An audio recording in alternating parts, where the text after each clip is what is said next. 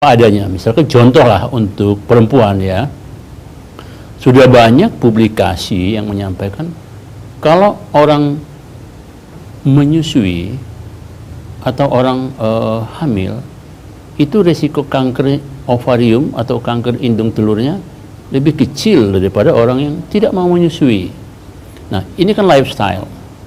Dulu-dulu, zaman dulu kan, orang-orang tua kita atau zaman-zaman dulu, mereka itu bangga kalau bisa menyusui anaknya.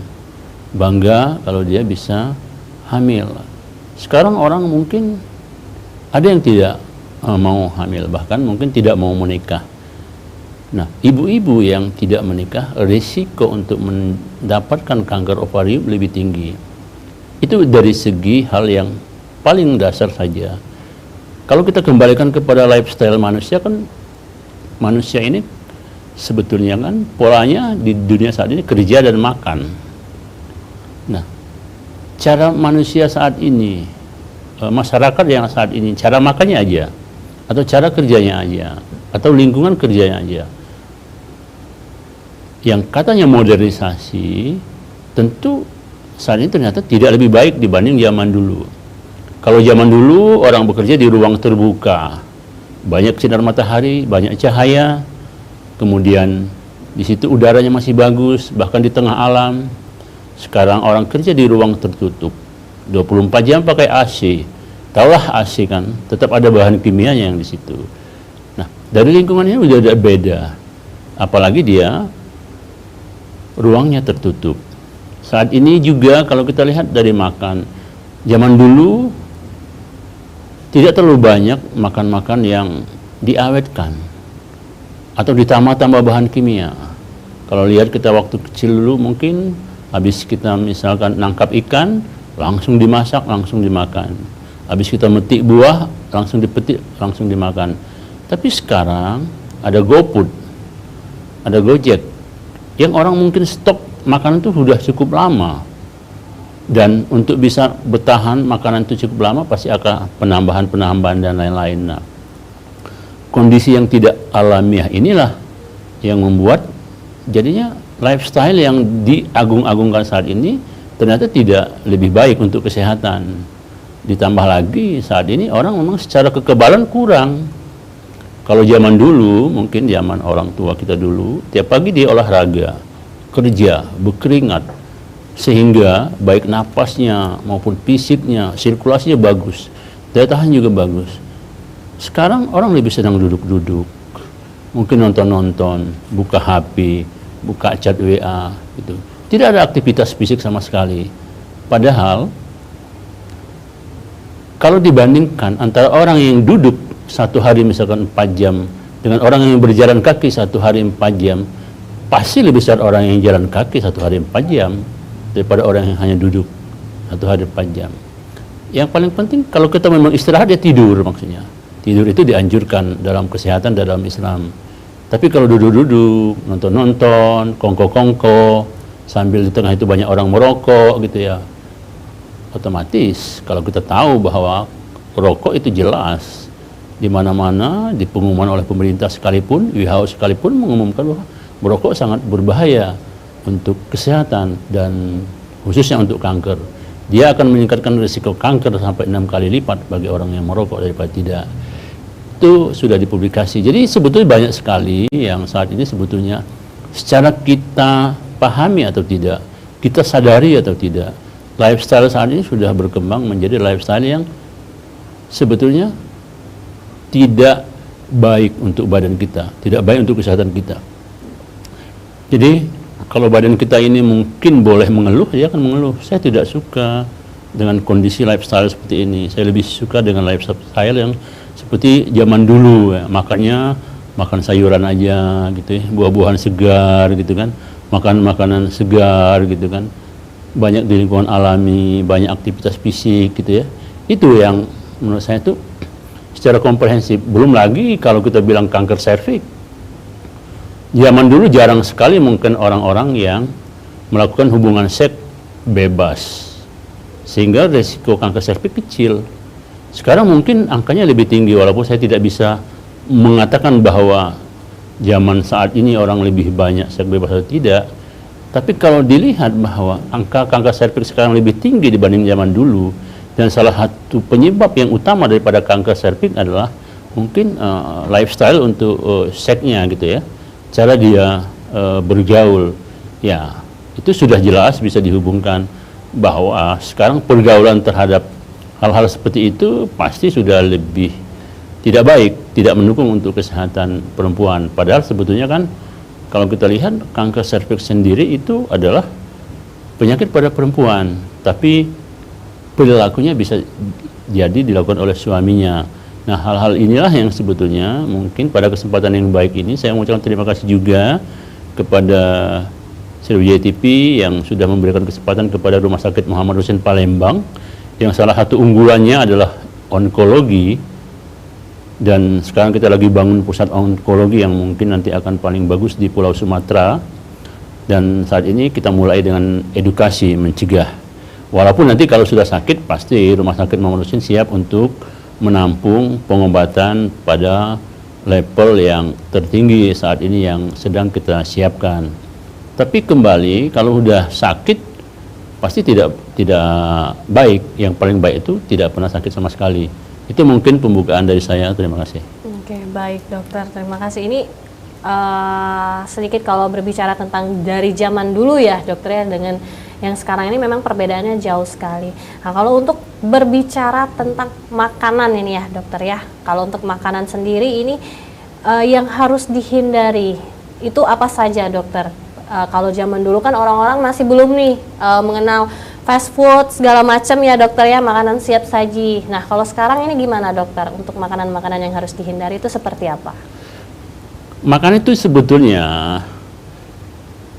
dari jenis makanan kita akan lihat kan, makanan itu sumbernya apa, pengolahannya bagaimana, komposisinya bagaimana, itu dari makanannya. Kalau dari kita, dari badan kita, makan yang kita butuhkan. Banyak orang sudah bilang, penelitian sudah bilang, sebetulnya yang kita makan itu sebetulnya mungkin hanya 30% yang kita butuhkan. Sisanya 70% karena kita senang, karena kita ingin, karena kita merasa puas dengan makanan tersebut. Tapi makanan itu sebetulnya tidak sungguh kita butuhkan gitu. Misalkan mungkin kita sebetulnya kan sudah disiapin makanan yang sehat lah di rumah oleh keluarga kita gitu ya. Mungkin sayur yang dimasak dengan baik, dengan nasi yang dibaik dengan baik, dan komposisi yang bagus. Tapi kita tetap saja mungkin, saya pengen pesan ini, saya pengen coba ini. Akhirnya kan kita kenyang dengan makan makanan yang sebetulnya bukan makanan yang natural, yang alami. Dan oleh sebab itulah kita makanlah makanan yang tidak alami. Kenapa? Itu kalau dilakukan sekali-sekali ya nggak masalah, karena tubuh kita ini kan memiliki kemampuan ya untuk bisa mengkompensasi atau menetralkan toksin-toksin yang ada. Toksin itu, racun itu kan tidak harus berbahaya pada saat kita makan. Itu kan memang racun ya. Tapi toksin yang mengandung sedikit tapi dilakukan dalam waktu yang lama berulang-ulang, dia akan menumpuk sehingga dia akan menjadi karsinogen. Karsinogen itu ya ini bahan-bahan kimia yang bisa menyebabkan, oke guys, misalkan formalin. Formalin tuh kalau kita sekali makan formalin ya nggak akan bisa kena kanker. Tapi kita misalkan biasa beli barang-barang yang sudah diawetkan dengan formalin, otomatis kita dalam jangka waktu lama makan itu. Yang kita tidak tahu kan, apakah ikan yang sudah dijual itu ada pengawet yang lain, formalin dan sejenisnya itu. Tapi otomatis dia akan mulai menumpuk di badan. Dan menumpuk di badan itu karena kemampuan dia untuk menyebabkan mutasi genetik pada sel-sel di badan. Katakanlah kita makan mie instan misalkan. Mie instan itu kan untuk bisa awet pasti dia ada pelapisnya. Ada yang membuat dia pengawet. Kalau sekali-sekali boleh. Kalau lama-lama, nah dia akan menyebabkan perubahan pada sel usus. Dan sel usus itu berubah menjadi sel yang menyebabkan kanker. Tetap saja memang ada yang sakit, ada yang tidak sakit. Karena daya tahan kemampuan tubuh setiap manusia itu beda-beda. Tapi bagi orang yang rentan, pasti akan dia dengan merubah pola makan dia akan jatuh sakit. Intinya pola makan yang terbaik adalah seperti yang diajarkan oleh agama kita dan diajarkan oleh orang tua kita, makanan yang alami, yang langsung dari alam kita olah dan kita makan. Ya, tidak sempat membusuk, tidak sempat ditambah pengawet ini, dan pengolahannya tidak macam-macam. Langsung kita makan. Komposisi otomatis sebetulnya kalau kita bilang komposisi, saat ini sebetulnya kebanyakan makan kita gorengan. Nah itu kan komposisi lemaknya cukup tinggi. Kalau kita bilang bahwa makanan yang sehat itu makanan yang tanpa minyak gitu. Kenapa? Karena kan nanti makan nasi goreng, ikan goreng, nanti sayurnya digoreng lagi, digongseng lagi, kemudian dipanaskan lama-lama lagi. Itu cara masaknya, belum lagi komposisinya. Komposisi makanan yang sehat itu sebetulnya yang gampang. Kalau kita ambil satu piring nasi itu dibagi 4, setengahnya untuk sayuran, 1/4 untuk nasi, 1/4-nya untuk lauk. Tapi kalau kita lihat kebiasaan kita makan, 2/3-nya nasi, ya kan? Mungkin 1/4-nya lauk. Nah, sayuran itu hanya sedikit saja, mungkin 1 atau 2 sendok.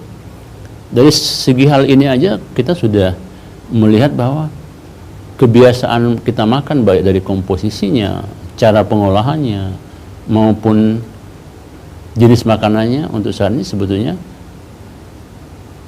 bukan lifestyle yang baik untuk mencegah penyakit kanker ya, dan penyakit lain pada umumnya, karena ini berhubungan dengan sistem imun. Demikian mungkin yang bisa sampaikan. Baik dokter, jadi memang ada beberapa makanan-makanan yang memang tidak boleh dipanaskan lagi atau yang digoreng berulang ya dokter ya. Baik dokter, nanti kita akan lanjutkan kembali, dan untuk pemirsa di rumah yang ingin berinteraktif bisa di 0711364666. Kami akan kembali tetap di Jendela.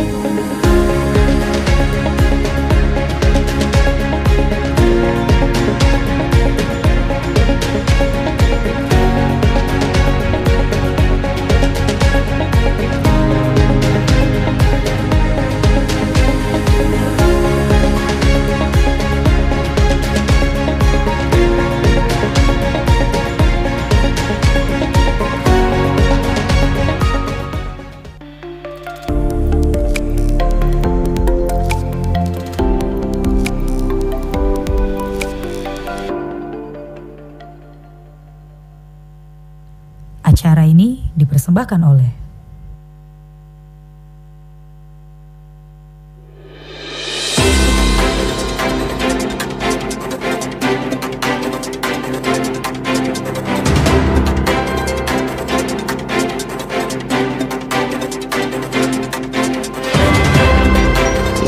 Kami Sri Kandi PLN UIP Sumbaksel mengucapkan selamat Hari Kartini.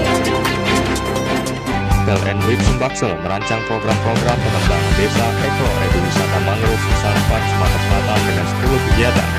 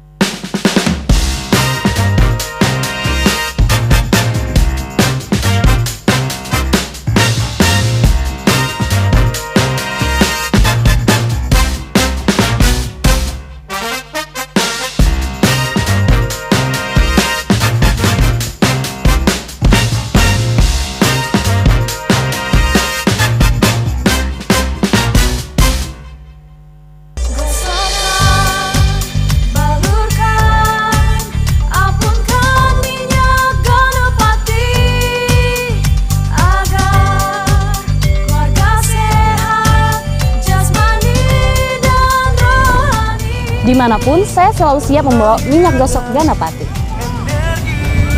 Minyak gosok Ganapati telah teruji dapat meringankan panas, batuk, flu, pusing, sakit tenggorokan, masuk angin, sakit pinggang, vertigo, kesemutan, saraf kejepit, dan lemak akibat stroke.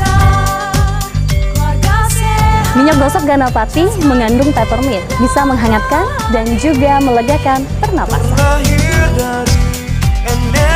Ayo Mang CBC dulur galo-galo, coba ke minyak gosok Ganapati. Solusi untuk keluarga sehat.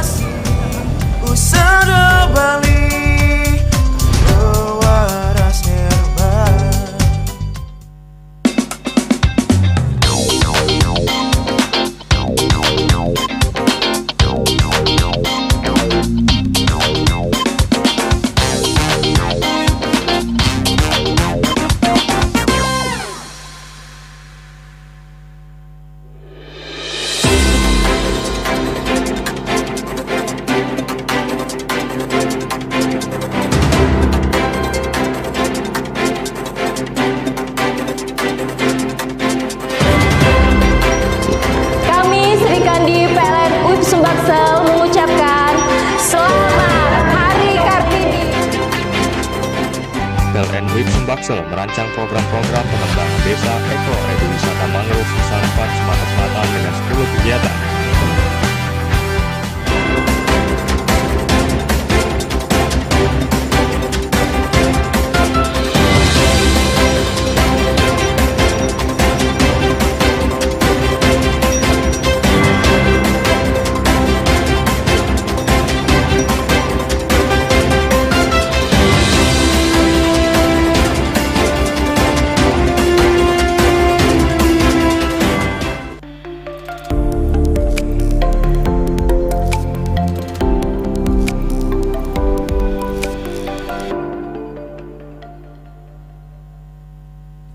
Acara ini dipersembahkan oleh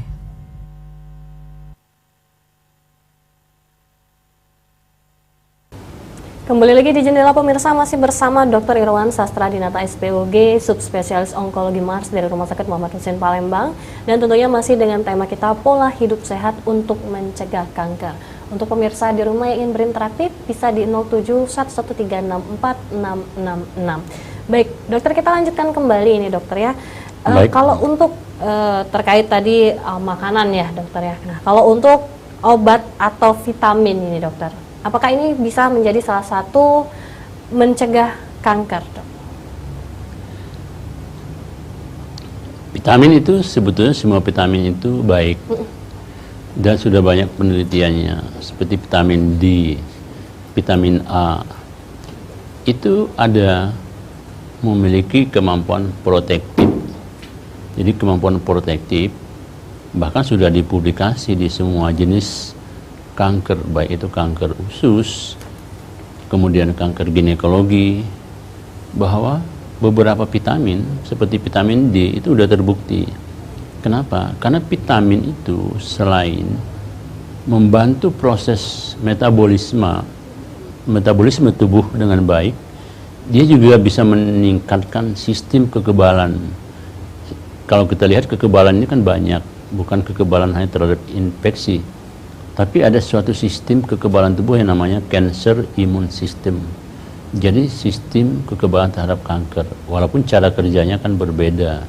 Dia sistem kekebalan terhadap kanker ini lebih ke dia sifatnya makrofag. Makrofag itu adalah sel-sel yang bisa memakan sel yang dianggap bahwa berpotensi jadi kanker, dan imunitas yang lain yang bisa meningkatkan daya tahan tubuh kita. Yang kedua, sistem yang lain. Jadi dengan adanya vitamin D dan vitamin A ini, dia juga bisa memperbaiki kemampuan pembelahan sel. Jadi kalau ada sel yang membelah lebih banyak, di stop sama dia gitu. Atau kalau ada sel yang nggak mati-mati gitu ya, dan ditingkatkan supaya sel itu bisa mati. Jadi sel itu nggak boleh dia hidup selamanya, jadi ada cycle-nya gitu ya. Jadi memang kalau kita lihat bahwa kenapa organ kita seperti misalkan mata, hidung manusia itu terpola, dia tidak berubah. Pada saat orang sehat kan begitu bentuknya, bagus itu. Kenapa? karena antara sel yang mati dengan sel yang hidup yang baru itu sama, seimbang. Ya, tapi begitu dia ada penyakit kanker, sel yang hidup itu lebih banyak dan sel kanker itu tidak mau mati-mati, sehingga semakin banyak volumenya dan dia tanpa batas, dan sehingga dia akan mendesak sel-sel yang sehat. Itulah perilaku sel kanker. Dengan adanya vitamin tadi dan ditambah lagi beberapa antioksidan yang kita makan itu, dia juga bisa menaikkan sistem kekebalan imun sistem kita terhadap kanker. Jadi vitamin itu penting, dan vitamin harusnya kalau kita makannya sehat, di semua makanan yang kita tuh lengkap vitaminnya. Oleh sebab itulah zaman saat ini memang kadang-kadang seperti yang saya sampaikan di awal, kita makan tuh apa yang kita sukai, bukan apa yang kita butuhkan. Sehingga memang di dalam screening atau tes kesehatan itu, orang itu kadang-kadang perlu dicek kadar vitaminnya, misalnya kadar vitamin D. Kalau vitamin D-nya rendah, orang itu perlu diberikan suplemen vitamin D. Kenapa? Karena dianggap bahwa tubuh dia tidak mampu nanti menaikkan sistem kekebalan dia, atau tidak mampu melakukan upaya pencegahan terhadap risiko terjadi suatu keganasan pada badannya. Oleh sebab itulah vitamin itu tetap wajib kita konsumsi. Apakah itu vitamin itu dari makanan sumbernya atau makan vitamin yang ada, asal memang sesuai dengan indikasi ya, sudah dicek kadar vitaminnya rendah, kita suplemen vitamin, sebaiknya seperti itu. Oke, baik. Jadi memang untuk vitamin sendiri memang ada pengaruhnya ya dokter ya, selain juga untuk makanan-makanan tadi yang makanan ini kebanyakan yang kita sukai, bukan yang dibutuhkan oleh tubuh ya dokter. Nah, kalau untuk perempuan dan laki-laki ini dokter, apakah ini sama cara pencegahannya sendiri atau memang ada perbedaan-perbedaannya dokter? Kalau kita lihat kanker urutan perempuan itu yang paling banyak itu kan payudara, yang kedua serviks, yang ketiga ovarium. Kalau laki-laki kan berbeda Pak, kanker paru, kanker usus dan lain-lain. Nah, laki-laki banyak merokok, perempuan tidak merokok. Nah, oleh sebab itu tentu cara pendekatannya berbeda. Untuk kanker serviks, pencegahannya kan berbeda. Di tahap awal, selain lifestyle tadi saya bilang, perempuan itu sebaiknya melakukan deteksi dini, atau bahkan saat ini ada vaksinasi. Nah, laki-laki tidak ada vaksin untuk mencegah kanker, perempuan ada, namanya vaksin untuk mencegah kanker serviks. Payudara, pencegahannya berbeda lagi. Payudara periksa namanya sadari, periksa payudara atau sadanis, periksa payudara oleh tenaga medis.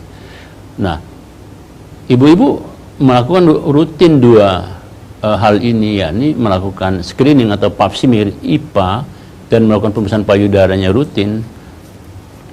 Harusnya risiko kankernya tinggal mungkin setengahnya, karena kanker yang lain itu jarang kasusnya, tidak sebanyak yang dua ini. Walaupun bisa jadi perempuan kena kanker usus, kena kanker paru, kena kanker hati dan lain-lain. Padahal laki-laki pasti kankernya berbeda lagi gitu. Di samping itu pola makannya juga sebaiknya pada laki-laki itu berbeda. Jadi selain tidak merokok, tidak minum alkohol, juga beberapa penelitian daging merah itu tidak baik sih sebetulnya untuk laki-laki karena memacu beberapa risiko kena kanker. Tetapi sebetulnya kalau saya lihat, saya baca-baca lagi,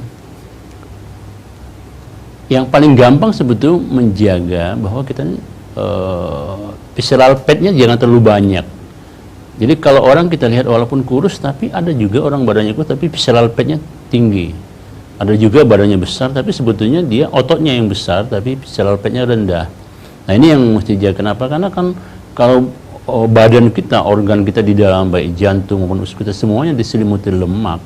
Itu tidak baik untuk kesehatan secara umum maupun juga kesehatan untuk risiko terjadi keganasan.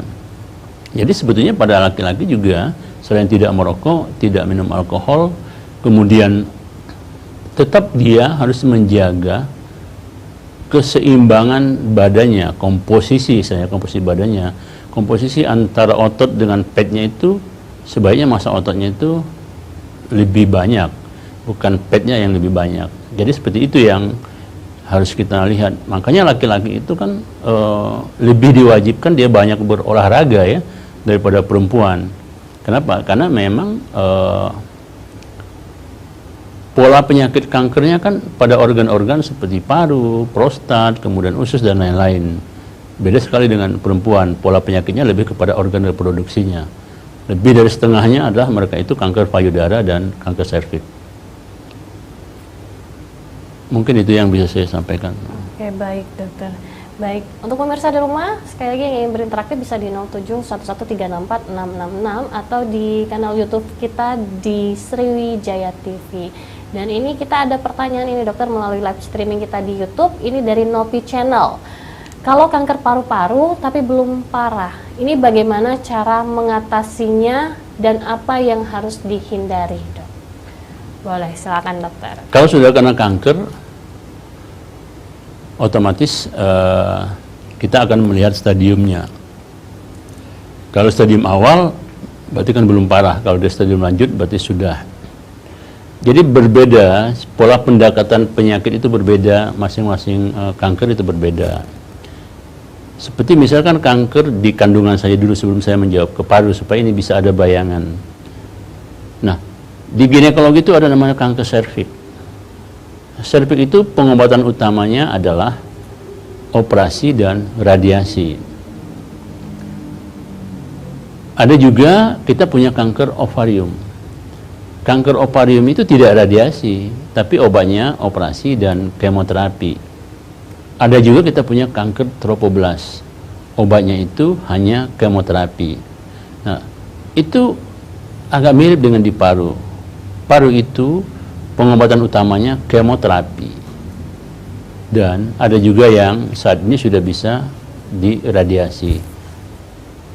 Walaupun bisa dioperasi pada stadium awal, tapi saat ini operasi itu betul-betul hanya dilakukan pada stadium yang sangat awal sekali pada kanker paru. Nah, pencegahannya ya kalau paru-paru saat ini yang jelas merokok itu ada hubungan dengan kelainan pada paru. Tapi sekarang pengobatan di paru itu melesat dengan cepat berkembang.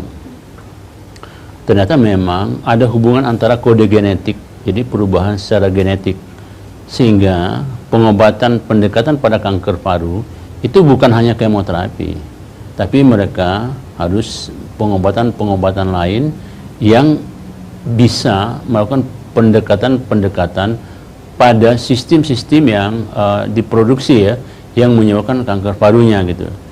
Jadi sistem pengobatan imunologinya, jadi pengobatan imunologi pada paru itu dikombinasi dengan kemoterapi, biasanya itu yang saat ini sedang banyak dipakai dan memiliki keberhasilan yang tinggi. Dulu sekitar mungkin 15 tahun yang lalu ya, pada awal saya berkecimpung di bidang onkologi, namanya kanker paru itu kan meninggal, identik dengan meninggal. Tapi sekarang tidak, kalau stadium awal masih bisa sembuh. Jadi yang penting menurut saya kalau kita kena kanker paru stadium awal, ikuti standar pengobatan yang ada gitu. Jadi memang kita ini sebetulnya ada namanya guidelines. Guideline itu, kalau guide itu namanya kan penuntun lah, line itu garis. Jadi ada tuntunannya, jalannya, jalan kemananya. Nah, itu sepertinya guideline itulah yang biasa menjadi patokan untuk mengobati pasien. Tetapi kan kalau di Indonesia ini kan maklumlah, di samping keyakinan dengan pengobatan tradisional masih tinggi, yang kedua, kepercayaan kita dengan orang lain itu biasanya lebih meyakinkan kita daripada petugas kesehatan. Ditambah lagi mungkin berita hoax di medsos, sehingga kadang-kadang orang menganggap, oh kalau sudah dioperasi nanti tambah dia. Oh kalau di kemo, oh nanti badan kita tambah lemas. Padahal sebenarnya standarisasi pengobatan di rumah sakit, apalagi seperti Rumah Sakit Muhammad Hussein Palembang, yang rumah sakit yang sudah terakreditasi dan di bawah naungan Kementerian Kesehatan, dan apapun yang kita lakukan itu selalu diaudit, pasti kita akan patuh dengan namanya guideline, patuh dengan namanya SOP. Walaupun harus saya katakan di sini bahwa dari beberapa pasien yang kita obati, misalnya katakanlah kita memiliki 5 pasien, kita obati dengan cara yang sama, hasilnya tetap tidak akan sama. Dan itu memang sudah menjadi rule. Kenapa? Karena kanker itu kan suatu penyakit yang penuh dengan kompleksitas. Sehingga sekalipun penanganan kita sama persis, pada kelima pasien hasil akhirnya berbeda. Ada yang mungkin 15 tahun bertahan, ada yang 10 tahun, ada yang 5 tahun, ada yang mungkin 2 tahun, ada yang mungkin 1 tahun. Tidak ada yang sama persis. Itu yang menjadi tantangan tentunya, karena memang ilmu itu kan selalu mendapat tantangan.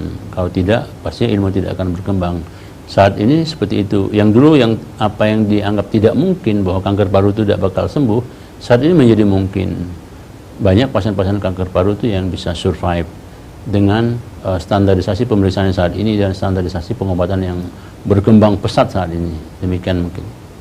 Oke, baik dokter. Ini cukup menarik ya dokter ya, untuk nanti akan ada beberapa pertanyaan lagi tentunya, dan kita iklan dulu sebentar. Untuk pemirsa di rumah yang ingin berinteraktif bisa di 07113646666 dan juga bisa di live streaming kita di Sriwijaya TV. Jangan kemana-mana, tetap di Jendela.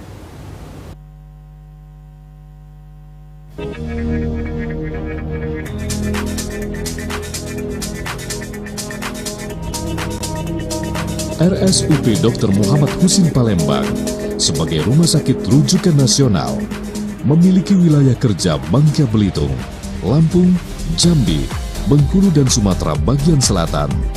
Seiring dengan pesatnya perkembangan ilmu pengetahuan dan teknologi kesehatan yang mendukung layanan unggulan onkologi terpadu dengan penambahan fasilitas alat canggih yaitu LINAC, dan layanan unggulan jantung terpadu, yaitu Cath Lab, Azurion, dan EVOS.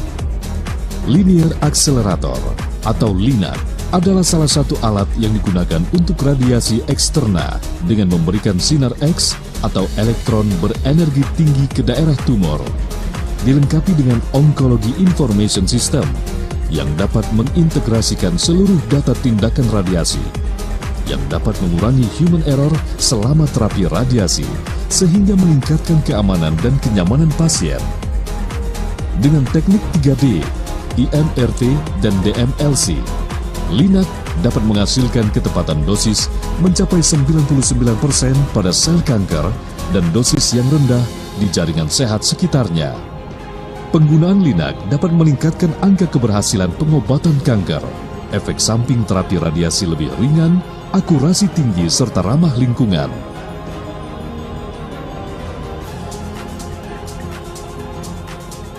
Halo, saya Dr. Alexander Riotondas, SPGP, spesialis jantung dan pembuluh darah dari kelompok staf medis kardiologi RSMH Palembang. Hari ini saya ingin mengenalkan salah satu alat yang baru di Pusat Jantung dan Otak Terpadu RSMH Palembang, yaitu Cath Lab Azurion. Laboratorium kateterisasi Azurion Premium ini adalah salah satu alat Cath Lab yang dengan spesifikasi tercanggih di Palembang, Sumatera, Indonesia, bahkan Asia. Untuk Indonesia sendiri hanya saat ini terdapat 3 alat di seluruh Indonesia. Fitur yang menarik daripada alat ini adalah kemampuan alat ini untuk mendapatkan gambar 3 dimensi pada saat dokter melakukan tindakan. Alat ini juga baik untuk pembuluh jantung maupun pembuluh otak. Dari gambar 3 dimensi ini, dokter akhirnya hanya mengeluarkan kontras atau zat warna yang lebih sedikit, dan juga radiasi yang digunakan untuk alat ini menjadi lebih sedikit sehingga lebih aman untuk pasien. Dengan adanya alat canggih ini, kami berharap bahwa RSMH selalu akan menjadi yang terdepan dalam bidang jantung dan kardiovaskuler. Dan kami berharap dapat melayani lebih banyak lagi pasien dengan alat yang lebih canggih, dan tentunya dapat memberikan pelayanan yang terbaik untuk Sumatera Selatan.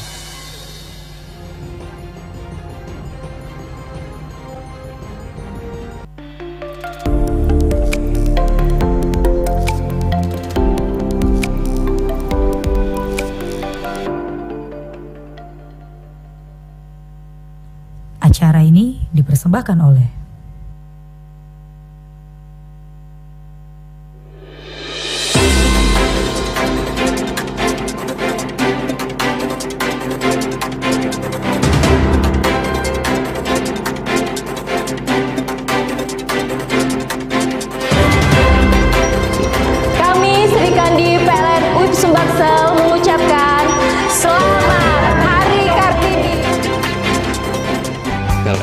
Sumbaksel merancang program-program pengembangan desa ekowisata mangrove Nusa Sumatera Selatan dengan 10 kegiatan.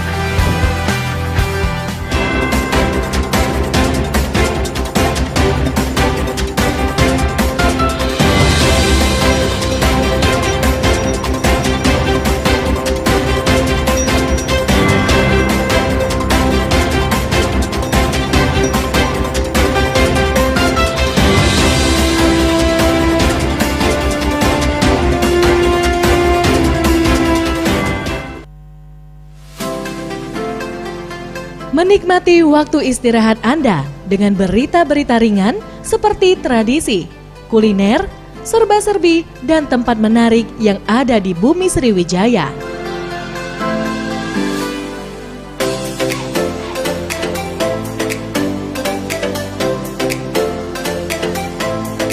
Hanya di Cerita Sriwijaya, Jumat 19.30 waktu Indonesia Barat. Hanya di Sriwijaya TV.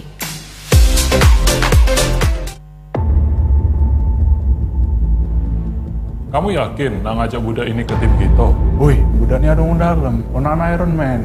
Nah, lantak. Budak ni ku janjikan gaji UMR tapi tak tahu gawinya apa. Sabar Bailur, daripada kamu nganggur di rumah. Cak Mano, laju apa? Hah? Laju? Woi, majulah kamu, ku lanjutkan. Woi! Ini Thanos kak, Mamang Madrid numbali ini. Ay takut aku balik mau, ini jangan balik gitu. Balik kak. Balik mau, ini mau bayi. Woi, nak kemana kau? Kak, izin keluar main lu kak, bentar jajan. Ini nangan tak kau. Melo kak.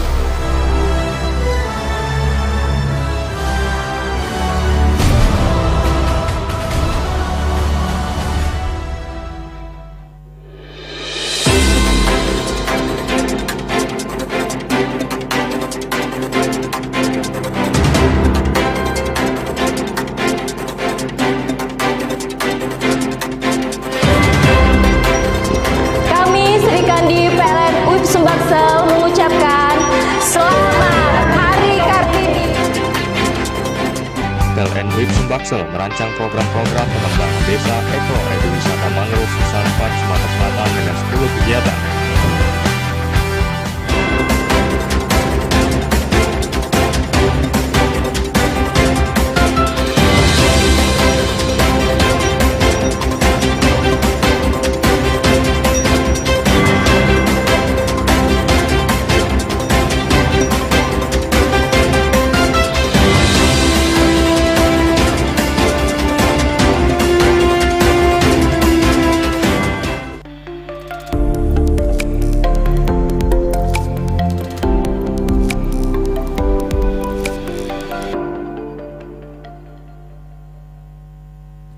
Acara ini dipersembahkan oleh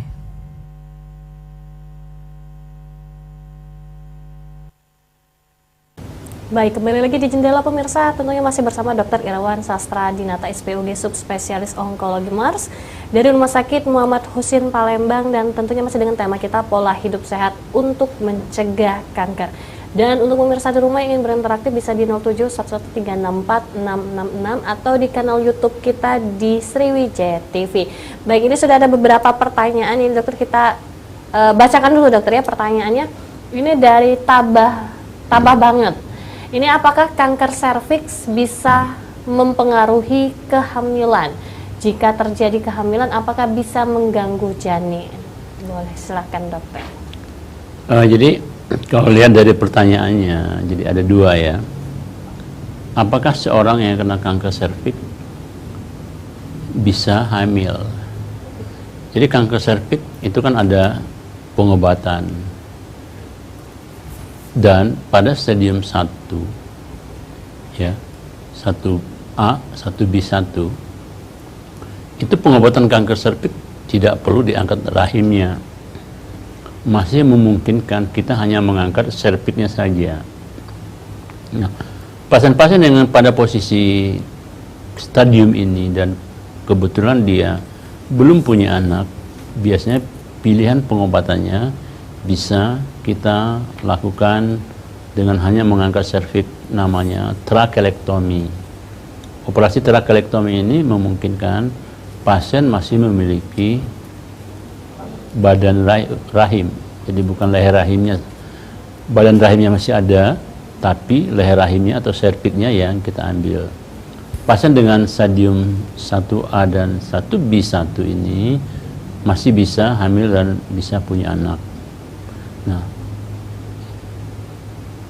pertanyaan, apakah kanker serviks membahayakan? Jelas kalau kanker sudah tidak ada dan dia kemudian hamil, pada pasien-pasien tadi nggak bahaya. Nah, sekarang seandainya orang sedang hamil secara bersamaan dia kanker serviks. Nah, sebetulnya kanker serviks itu tidak langsung menyebabkan bahaya pada janin, tidak membuat janinnya kena kanker. Nah, tetapi umumnya kanker serviks itu kalau terjadi pada kehamilan awal, pasien itu nggak bisa lanjut pada kehamilan lanjut karena pengobatan yang dialami pasien itu biasanya cukup merepotkan untuk kehamilannya. Oleh sebab itu pasien-pasien hamil dengan kanker serviks kadang-kadang berhubungan dengan prematuritas atau hamil yang nggak cukup bulan. Bahkan pada kehamilan yang awal sekali kita nggak ada pilihan kecuali mengorbankan kehamilannya. Misalkan pasien kanker dengan stadium 1B2 hamil, kan pengobatan harus diangkat rahimnya. Dan kalau kita tunggu biasanya sampai 9 bulan itu nggak mungkin, karena pasti kankernya udah kemana-mana. Dan kalau sudah kankernya kemana-mana, pasti kita sebetulnya lebih memilih anaknya yang belum tentu pasti sampai 9 bulan. Mungkin pasiennya nggak sampai 9 bulan juga mungkin sudah meninggal. Otomatis pada saat itu ya kita harus mengorbankan kehamilannya. Dan pengobatan kanker serviks sebagian kan ada radiasi, dan radiasi itu dikontraindikasikan pada kehamilan. Ya otomatis pilihannya ya pasti tidak mungkin kita lakukan itu. Dan biasanya bukan kankernya yang membahayakan kehamilan, tapi pengobatan yang dilalui oleh pasiennya, apakah itu kemoterapi, apakah itu radiasi, itu sangat berbahaya untuk kehamilan. Kalau kanker serviks sendiri sebetulnya hanya membahayakan pasien yang bersangkutan. Demikian jawabannya. Oke, baik dokter. Nah, kalau untuk tadi ada sedikit juga nih dokter ya pertanyaan, kalau misalnya pada saat kita harus melakukan cek kesehatan itu kapan ini dokter? Untuk melakukan mungkin dalam arti hal untuk berjaga-jaga agar kita lebih aware lagi ya dokter ya terhadap kanker ini sendiri, itu seperti kapan dokter? Setiap kanker berbeda-beda. Kalau namanya cek kesehatan itu namanya MCU ya, atau kata lainnya adalah screening. Kalau untuk kanker, screening itu beda dengan diagnostik. Screening itu adalah orang yang tidak memiliki keluhan, orang yang sehat, tapi harus kita periksa, seperti melakukan pemeriksaan pap smear atau IPA, screen. Nah, screen itu sebetulnya dilakukan sesuai dengan jadwal rutin. Umumnya dilakukan 1 tahun atau 3 tahun sekali untuk screening. Begitu juga mamografi untuk pasien-pasien payudara. Itu juga dilakukan sesuai dengan jadwalnya. Nah, itu untuk pasien yang tidak ada keluhan. Tetapi begitu untuk pasien yang punya keluhan, misalnya keputihan yang tidak sembuh-sembuh atau perdarahan setelah berhubungan, itu biasanya harus segera dilakukan suatu pemeriksaan. Begitu dengan pengobatan sederhana dia nggak sembuh, misalkan perdarahan setelah berhubungan mungkin hanya sekali, kemudian setelah itu nggak pernah lagi, itu boleh dikategorikan belum tentu itu gejala kanker. Tapi kalau dia berulang dan dikasih obat yang biasa nggak sembuh, begitu juga keputihan, apalagi dia sudah kombinasi keluhan, keputihan ada, perdarahan setelah hubungan ada, rasa sakit juga ada, itu juga harus langsung segera dilakukan suatu pemeriksaan. Kanker ovarium misalnya, yang sering sekali tidak menimbulkan keluhan. Kadang-kadang keluhannya berupa tidak nyaman di pencernaan atau keluhan mual. Nah, itu kan kalau orang awam pasti anggapnya selalu, oh ini sakit mah gitu ya. Tapi begitu makan obat mah dan dia sembuh, berarti sebetulnya diagnosisnya tepat. Tapi begitu dia tidak sembuh, berarti harus digali lagi. Bisa saja kelainan itu berhubungan dengan tumor atau kanker di ovarium atau di indung telur. Nah, hal-hal inilah yang harus selalu bisa dipahami, bahwa yang paling utama kata kuncinya adalah melakukan pemeriksaan itu tidak harus nunggu keluhan, tetapi sesuai dengan jadwal atau kalau memang segera setelah ada keluhan. Jadi dua hal itu clue-nya. Demikian. Oke, baik dokter. Berarti untuk melakukan pemeriksaan ini setelah ada keluhan ataupun tidak harus menunggu ada keluhan, jadi baru mau periksa ini ya dokter ya. Berarti memang harus jadwal screening. Jadwalnya. Iya. Oke, baik dokter. Nanti kita akan lanjutkan kembali dokter, dan untuk pemirsa di rumah yang masih ingin berinteraktif bisa di 0711364666 atau di kanal YouTube kita di Sriwijaya TV. Jangan kemana-mana, tetap di Jendela.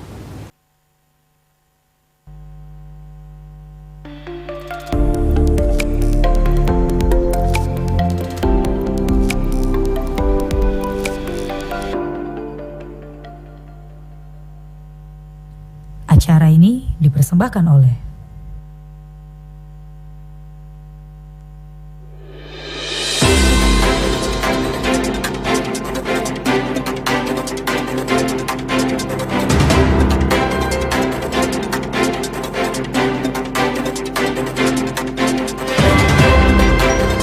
Kami Sri Kandi PLN UIP Sumbaksel mengucapkan Selamat Hari Kartini. PLN UIP Sumbaksel merancang program-program pengembangan desa ekowisata mangrove Nusa Tenggara Sumatera Selatan dengan 10 kegiatan.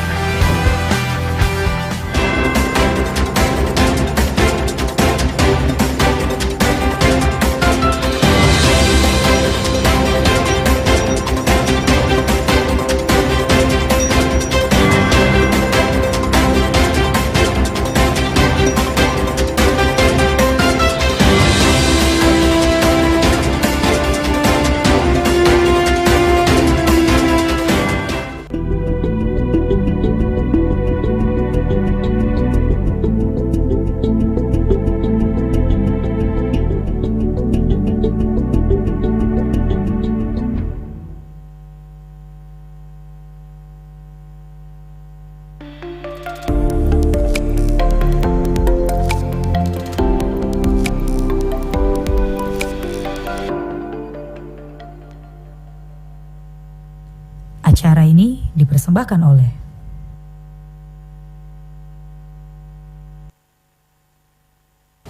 Baik, masih di Jendela pemirsa, dan tentunya masih bersama Dr. Irawan Sastradinata SPOG Subspesialis Onkologi Mars dari Rumah Sakit Muhammad Husin Palembang, dan tentunya masih dengan tema kita pola hidup sehat untuk mencegah kanker. Dan tidak terasa ini segmen terakhir ya dokter ya. Iya. Nah, sedikit dokter, ini kalau untuk di segmen terakhir ini, kalau misalnya ini ada yang sudah terkena kanker ini dokter ya, ini bagaimana agar sel kanker itu tidak menyebar dokter? Kalau pertanyaan seperti itu tidak ada yang bisa menjawab. Kenapa? Seperti yang saya sampaikan kepada semua pasien, kanker itu kan penyakit yang gagah, perkasa. Jadi memang, dan dia seorang yang kena kanker itu tidak semua selnya itu sama. Mungkin 90% sel yang masih bisa diradiasi atau masih bisa dikemo.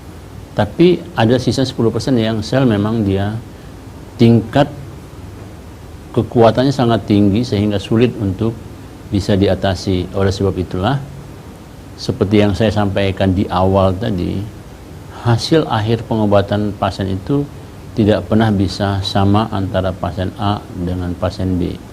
Kenapa? Karena komponen pengobatan itu tidak sepenuhnya bisa menentukan, tapi komponen internal pasiennya juga menentukan. Seperti anak sekolah lah, walaupun dia bimbel di tempat yang sama, dengan guru yang sama, jam yang sama, bahan bukunya sama, hasil akhirnya kan tidak bisa sama persis.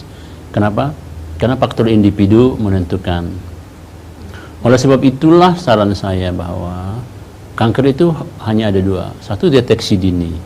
Semakin dini kita diagnosis, rumusnya jelas, semakin mungkin dia sembuh. Yang kedua adalah selalu tingkatkan self immunity, kekebalan. Cancer imun sistem kita mesti selalu terjaga dengan baik.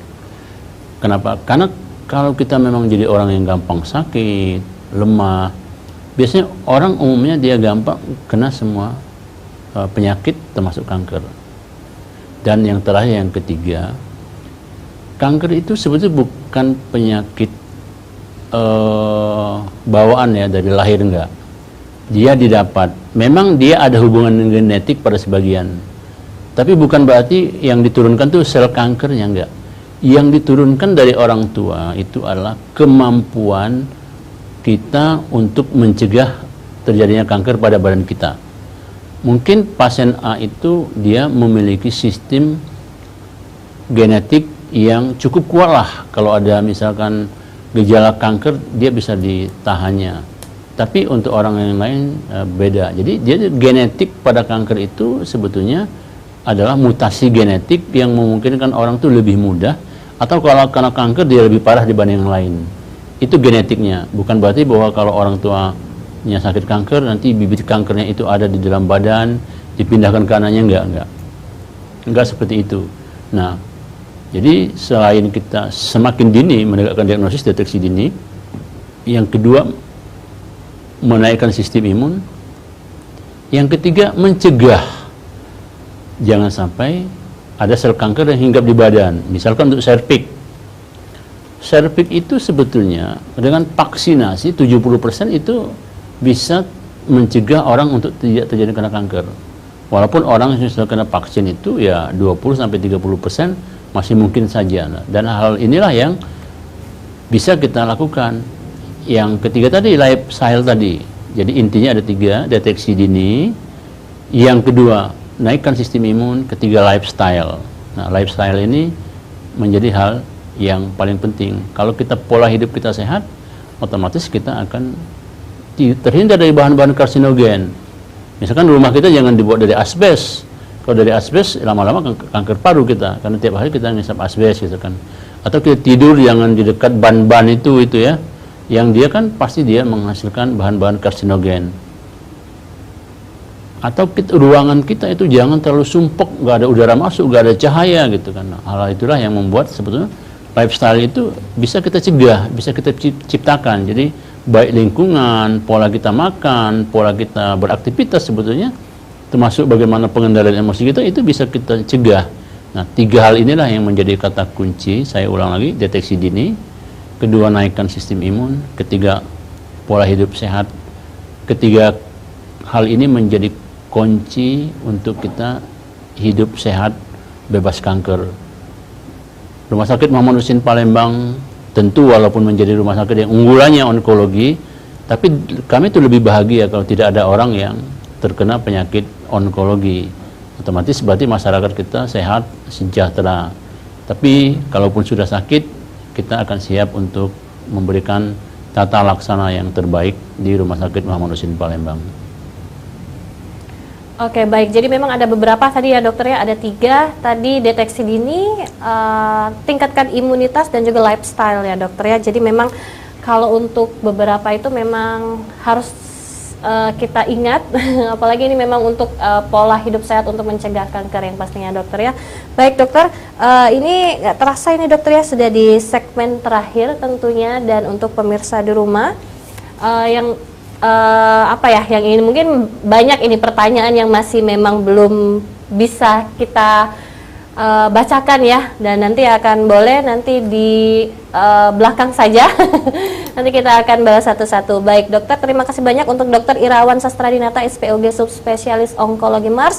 Ini dokter spesialis Obgyn, subspesialis Onkologi KSM Obgyn dari Rumah Sakit Muhammad Husin. Terima kasih banyak dokter, semoga nanti kita bisa bertemu lagi dokter ya. Dan untuk pemirsa di rumah, demikian dialog kesehatan jendela pada malam hari ini. Banyak sekali tentunya informasi mengenai kesehatan yang bisa pemirsa dapatkan karena kami menghadirkan pakar yang ahli di bidangnya. Dan saksikan terus Jendela hanya di Sriwijaya TV. Saya Desti Narsi pamit undur diri. Terima kasih. Wassalamualaikum warahmatullahi wabarakatuh. Selamat malam.